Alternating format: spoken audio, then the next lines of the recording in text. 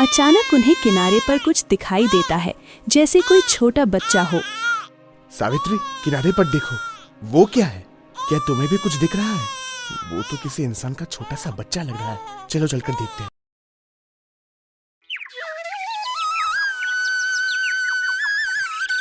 ये कहानी शांति ग्राम की है। वहाँ एक पति पत्नी रहते हैं, जिन्हें लोग बिमल और सावित्री के नाम से जानते हैं। वे बहुत गरीब हैं, लेकिन दिल के बहुत दयालु हैं। वे दूसरों के खेतों में मजदूरी करते हैं। उनका अपना भी एक खेत है, लेकिन वो बिल्कुल उपजाऊ नहीं है, इसलिए वे दूसरों के यहाँ काम करते हैं। सावित्री, आज का दिन तो बहुत ही खराब निकला। हमें कहीं भी काम नहीं मिली। बस एक जगह काम मिला और थोड़े से ही पैसे मिले। इतने पैसे में हम क्या खाएंगे और क्या पहनेंगे? आप सही कह रहे हैं। हमें कई दिनों से खेतों में काम नहीं मिल रहा है। बस जैसे तैसे गुजारा हो रहा है। पेट तो किसी तरह भर ही जाता है, पर कुछ ही दिनों में त्योहार आने वाला है। मुझे चिंता है कि पिछली बार की तरह इस बार भी हम कुछ अच्छा नहीं कर पाएंगे। आजकल मजदूरी भी कम मिलने लगी है। अगर काम ज्यादा होता तो हम त्योहार अच्छे से मना लेते। आप परेशान ना होइए। जब ऊपर वाला हमें रोज पेट भरने के लिए खाना देता है, तो वो त्योहार मनाने का भी कोई रास्ता निकालेगा। उसने हमें ऐसे ही थोड़े ना छोड़ दिया है। जब त्योहार उसने बनाया है, तो उससे मनाने के लिए पैसे भी वही देगा। वही हमारा करता वर्ता है। अब चिंता मत कीजिए। बिमल और सावित्री धीरे धीरे घर की ओर जाने लगते हैं। रास्ते में एक नदी पड़ती है। अचानक उन्हें किनारे पर कुछ दिखाई देता है, जैसे कोई छोटा बच्चा हो। सावित्री, किनारे पर देखो, वो क्या है? क्या तुम्हें भी कुछ दिख रहा है? वो तो किसी इंसान का छोटा सा बच्चा लग रहा है। चलो चलकर देखते हैं।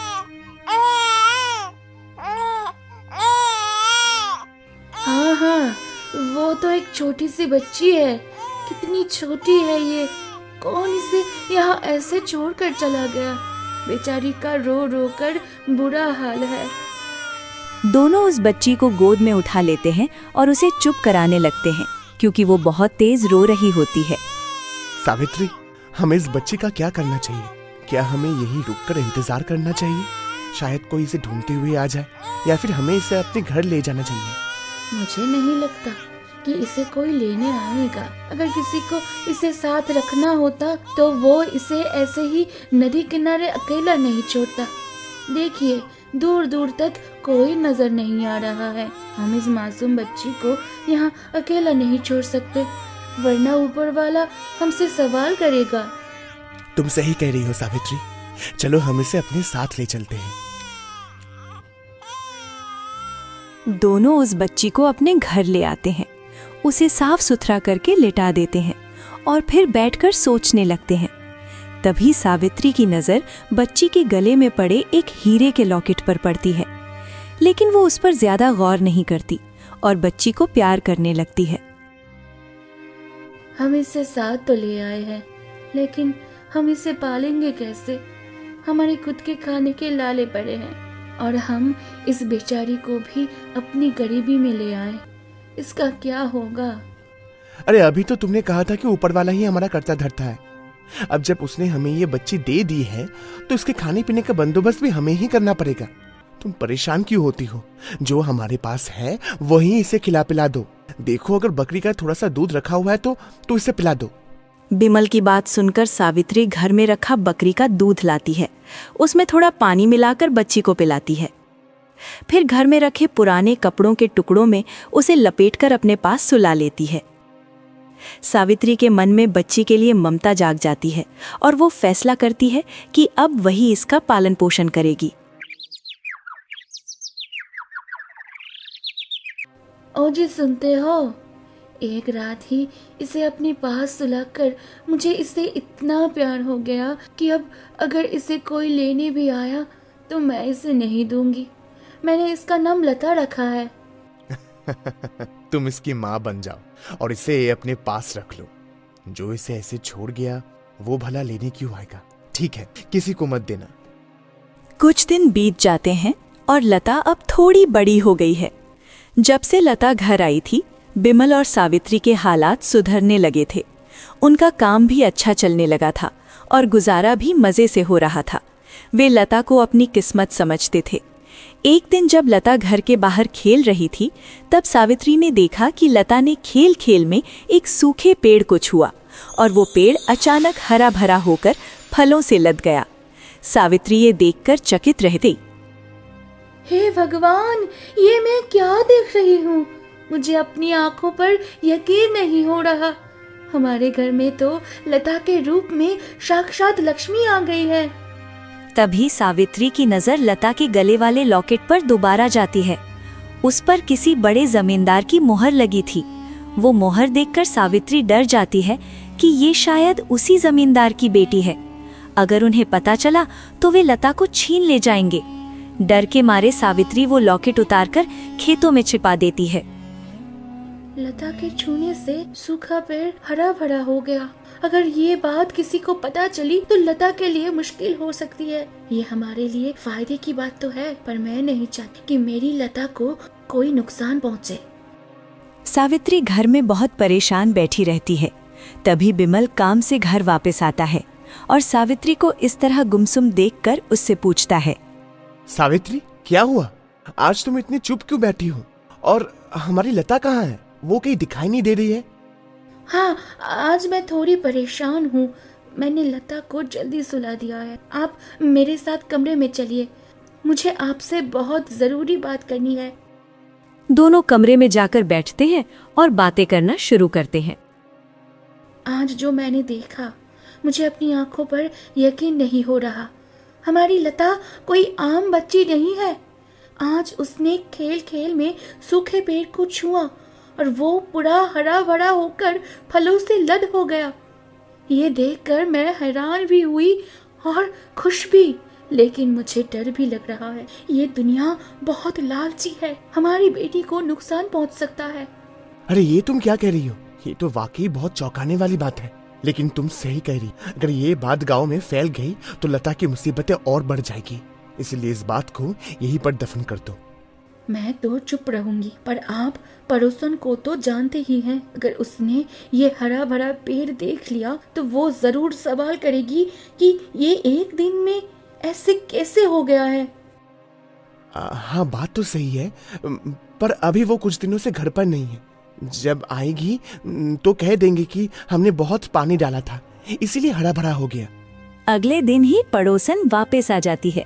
वो उस हरे भरे पेड़ को देखकर दंग रह जाती है और तुरंत सावित्री के पास पूछने पहुंचती है। अरे ओ सावित्री, ये मैं क्या देख रही हूँ? मेरे कुछ ही दिनों के बाहर जाने पर ये सूखा पेड़ इतना हरा भरा कैसे हो गया? क्या यहाँ कोई चमत्कार हुआ है? नहीं नहीं, ऐसी कोई बात नहीं है।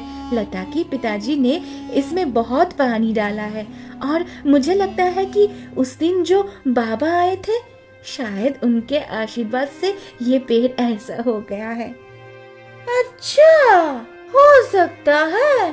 पानी देने और किसी महान संत के बैठने से पेड़ तो अच्छे ही हो जाते हैं। दोनों बातें करके अपने अपने घर चली जाती हैं, लेकिन रास्ते में पड़ोसन कुछ और ही सोच रही होती है। ये सावित्री मुझसे कुछ छुपा रही है। पहले तो वो जो बच्ची लता, उसको लेकर आई, मुझसे कहा कि वो उनकी बहन की बेटी है, जबकि आज तक उसकी बहन अपनी बेटी को देखने ही नहीं आई। ऊपर से इनके हालात दिन ब दिन सुधरते जा रहे हैं। दाल में कुछ काला है। मुझे पता लगाना ही है कि इनके घर में चल क्या रहा है। कुछ दिन बीत जाते हैं। एक दिन लता बहुत जिद करती है कि माँ, चलो कहीं बाहर चलते हैं। माँ, क्या हमारा खुद का कोई खेत नहीं है जैसे पड़ोसन वाली चाची का है?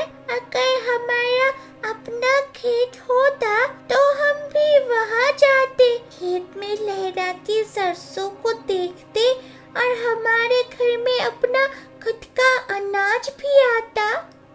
हाँ बेटा, हमारे पास भी अपना एक खेत है, लेकिन शायद उसकी मिट्टी अच्छी नहीं है, इसलिए उसमें कुछ उगता ही नहीं है। इसी वजह से तुम्हारे पिताजी दूसरों के खेतों में मजदूरी करके हमारा पेट भरते हैं। पर तुम इतना जिद कर रही हो तो चलो, आज हम तुम्हें अपना वो खेत दिखाने ले चलते हैं। जैसे ही लता और उसकी माँ सावित्री घर से बाहर निकलती हैं, उन्हें खेतों की तरफ जाता देख पड़ोसन की नजर उन पर पड़ जाती है।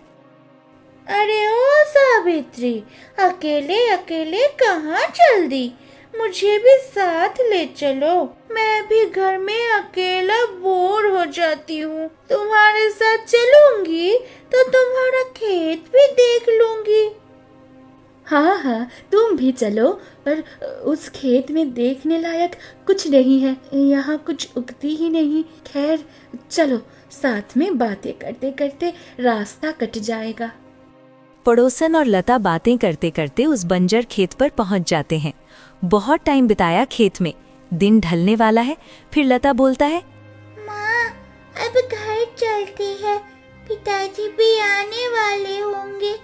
मैं बहुत थक गई हूँ, घर चलकर आराम करेंगे और खाना खाएंगे। वे तीनों वहां से घर लौट आते हैं, लेकिन लता के वहां से जाते ही रातों रात वो बंजर खेत जादुई रूप से हरा भरा हो जाता है। अगले दिन पूरे गांव में ये बात आग की तरह फैल जाती है कि सावित्री के बंजर खेत में एक ही रात में इतनी फसल कैसे उग गई। मैं बहुत दिनों से यही सोच रही थी, हो ना हो इस लता में ही कुछ बात है। इसके छूने से ही सब हरा भरा हो रहा है। मुझे पता लगाना ही होगा कि ये लता आखिर है कौन और कहां से आई है ये। पड़ोसन अब उनके घर पर कड़ी नजर रखने लगती है। वो चोरी छिपे उनकी बातें सुनने की कोशिश करती है। एक दिन जब बिमल और सावित्री घर में बात कर रहे थे, तब पड़ोसन ने सब सुन लिया। मैंने आपको एक बात नहीं बताई थी। जब लता हमें मिली थी तो उसके गले में एक लॉकेट था, जिस पर जमींदार केशव का नाम और उनकी मोहर थी। वो उन्हीं की बेटी है। मैंने वो लॉकेट उतार कर अपने घर के पीछे वाले पेड़ के नीचे दबा दिया था, ताकि किसी को पता न चले। पर आज आपको बता रही हूँ, क्योंकि अब गांव में लता की चमत्कारियों की चर्चा होने लगी है। तुम्हें ये बात बता देनी चाहिए थी। मुझे भी बहुत पहले पता चला था कि जमींदार केशव की बेटी खो गई है। मुझे शक तो था, पर लता से जुदा होने के डर में मैंने अपनी सोच बदल दिया था। पर देखो, भगवान की लीला, ये उन्हीं की ही बेटी निकली। लेकिन अब ये बात किसी से मत कहिएगा। मैं अपनी बेटी को खुद से दूर नहीं कर सकती। अगर जमींदार को पता चला तो वो उसे ले जाएंगे। पड़ोसन ने जैसे ही ये सुना, वो तुरंत उस पेड़ के पास गई और जमीन खोदकर वो लॉकेट निकाल लिया। अब वो सीधे जमींदार केशव के महल की तरफ भागने लगती है। अगर मैं ये लॉकेट जमींदार केशव को दूंगी तो वो खुश होकर मुझे मुंह मांगी कीमत देंगे। मैं अमीर बनने का ये मौका हाथ से नहीं जाने दे सकती। पड़ोसन भागते हुए जमींदार के पास पहुंचती है और उन्हें सारी बात बता देती है।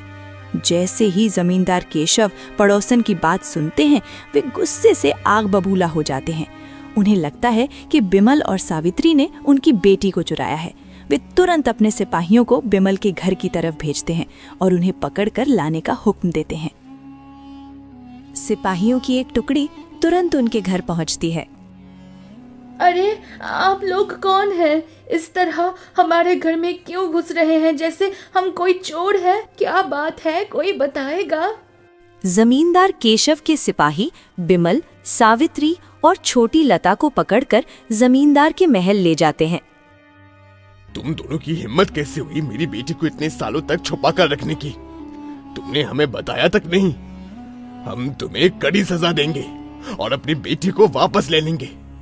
नहीं जमींदार साहब, हमने आपकी पुत्री को छुपाया नहीं था। वो तो हमें रास्ते पर लावारिस मिली थी। हमने उसे अपनी सगी बेटी की तरह पाला है। जमींदार साहब, अब हमसे हमारी जान ले लीजिए, पर हमारी बेटी मत छीनिए। वो मेरी सगी बेटी जैसी है, मैं उसके बिना नहीं रह पाऊंगी। जमींदार केशव उनकी बातें सुनता है। उसे सावित्री के रोने पर दया आ जाती है, इसलिए वो उन्हें सजा तो नहीं देता, पर लता को जबरदस्ती अपने पास रख लेता है। नहीं, मैं आपको अपना पिता नहीं मानती। मेरे पिता तो बिमल ही है। मैं उन्हें बहुत प्यार करती हूँ। मुझे उनसे अलग मत कीजिए। जमींदार को लगा कि कुछ दिनों में लता का मन लग जाएगा, पर ऐसा नहीं हुआ। लता और सावित्री दोनों का रो रो कर बुरा हाल था। कुछ दिन बीत गए, पर लता उदास ही रही। पिताजी, आप मुझे कितना भी लाड प्यार कर ले, पर मुझे अपनी माँ के हाथ की सूखी रोटियां ही अच्छी लगती है। मैं उनके बिना यहाँ घूट घूट कर जी रही हूँ। अब केशव को समझ आता है कि उसने अपनी बेटी की खुशी का गला घोंट दिया है। वो अपनी गलती सुधारने का फैसला करता है और बिमल सावित्री के पास जाता है। मुझे माफ कर दीजिए। अपनी बेटी की मुंह में मैं ये भूल गया कि उसे पालने वाली माँ का दिल कितना तड़प रहा होगा। मेरी बेटी का मन वहां नहीं लग रहा है, इसलिए मैंने फैसला लिया है कि मेरे महल के पास जो घर है, आप दोनों वही रहेंगे। लता भी आपके साथ ही रहेगी।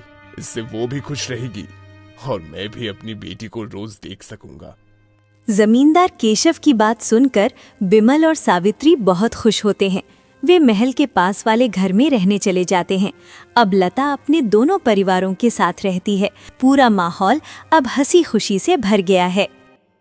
पैसे से हर चीज नहीं खरीदी जा सकती। प्यार की ताकत सबसे बड़ी होती है। आज अपनी बेटी को देखकर मुझे यह एहसास हो गया कि सच्चा लगाव क्या होता है। वो अपनी गरीबी और उन सारे पलों को महल के ऐशो आराम के लिए भी नहीं भूली।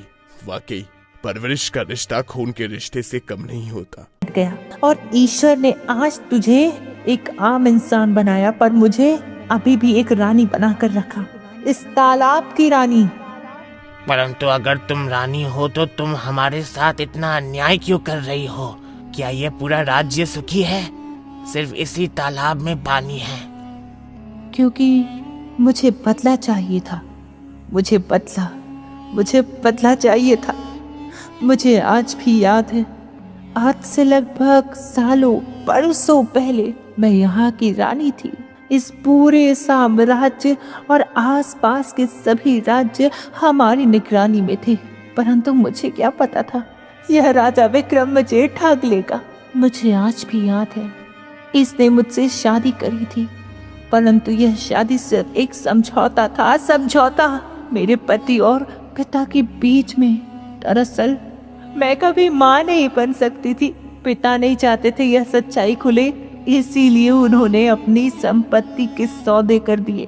अपना सारा धन इस राजा विक्रम को सौंप दिया और राजा विक्रम ने लालच के लिए मुझसे शादी कर ली, पर उसने मेरे साथ बहुत बुरा किया। उसने मुझे भूख में प्यास में रखा और मुझे कैद में रखा। उसने एक दूसरी स्त्री से शादी कर ली और उसे पत्नी बना लिया। मैं अकेली रह गई। मेरी सारी संपत्ति, धन, सब कुछ यह ले गया और मुझे इसे तालाब में डाल दिया और मैं डूब कर मर गई। भगवान ने मुझे आशीर्वाद दिया है और मैं आ गई। और जब तक मैं अपना बदला नहीं ले लेती, मेरी रूह को शांति नहीं मिलेगी। राम यानी विक्रम सिंह, आज तेरा अंत होगा। भगवान के लिए हम पर दया करो। जिसने तुम्हारे साथ बुरा किया उसको मारो, परंतु इस राज्य में औरतें, बच्चे सब हैं। उनके बारे में तो सोचो। मेरा बदला तो हो गया, पर अब ये बहुत बड़ा इंसाफ बाकी है। राम, मैं तुझे एक श्राप देती हूँ कि तू इसी पल मछली में बदल जाए। कि एक मछुआरा जब खुद मछली बन गया तो कैसा हुआ, अब तुझे भी कोई मछुआरा पकड़ कर ले जाएगा। राम, पर अंत में वो एक मछली में बदल जाता है। रानी पद्मिनी भी देखती ही दिखती प्रकाश में बदलकर गायब हो जाती है। अब पूरे राज्य में एक नई उमंग की रोशनी आई और एक बार फिर से किशनपुर नाम का राज्य समृद्ध हो गया और अंत में फिर से अच्छाई की जीत हो गई।